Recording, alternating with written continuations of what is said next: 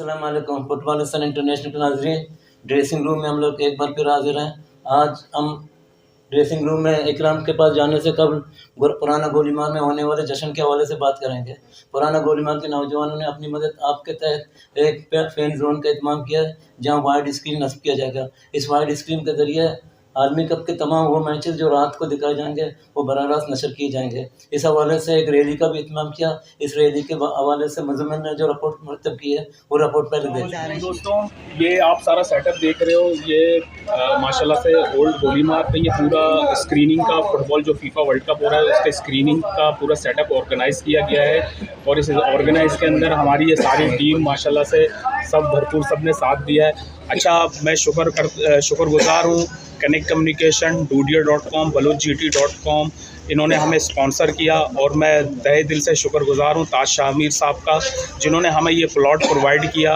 और मैं आप लोग से सबसे रिक्वेस्ट करता हूँ, पूरे कराची के अंदर यहाँ पर जो है 28 डेज़ के लिए जो है स्क्रीनिंग चलेगा। हर रात मगरिब के बाद मैचेस यहाँ पर लाइव ब्रॉडकास्ट किए जाएंगे। तो आप लोग को सबको मेरी तरफ से इन्विटेशन मैं देता हूँ कि आप लोग आएँ हमारे साथ और इस खुशी में हमारे साथ एंजॉय करें। थैंक यू, खुदा हाफिज़।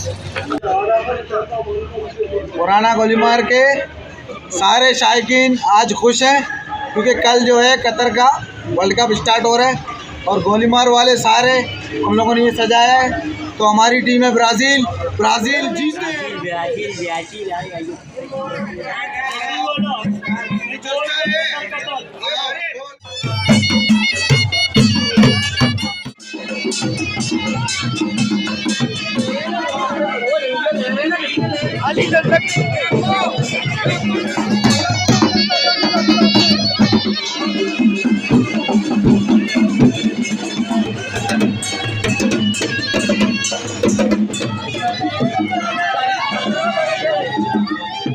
ड्रेसिंग रूम में आपको फिर वेलकम कहते हैं। आपने मुज़म्मिल की बनाई हुई रिपोर्ट एंजॉय की होगी। अब चलते हैं अपने एनालिस्ट इकराम के साथ बात करते हैं इब्तिदाई मैच के हवाले से। इब्तिदाई मैच दोहा के अल्बैत स्टेडियम में खेला जाएगा। देखते हैं मेज़बान टीम के हवाले से इकराम क्या कहते हैं। मुझे ये लगता है कि ये पहला मैच जो होगा ये बहुत ही शानदार मैच होने वाला है और बहुत से बैंड को बुलाया गया सेलिब्रेशन के लिए, ओपनिंग के लिए, और ये अल्बैत स्टेडियम में खेला जाएगा कतर और इक्वाडोर का मैच।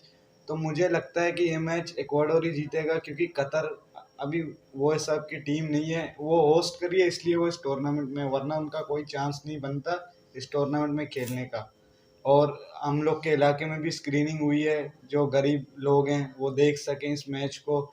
और मतलब रातों को जो हैं वो स्क्रीनिंग होगी, मगरिब के बाद से जो मैचेस होंगे उनका।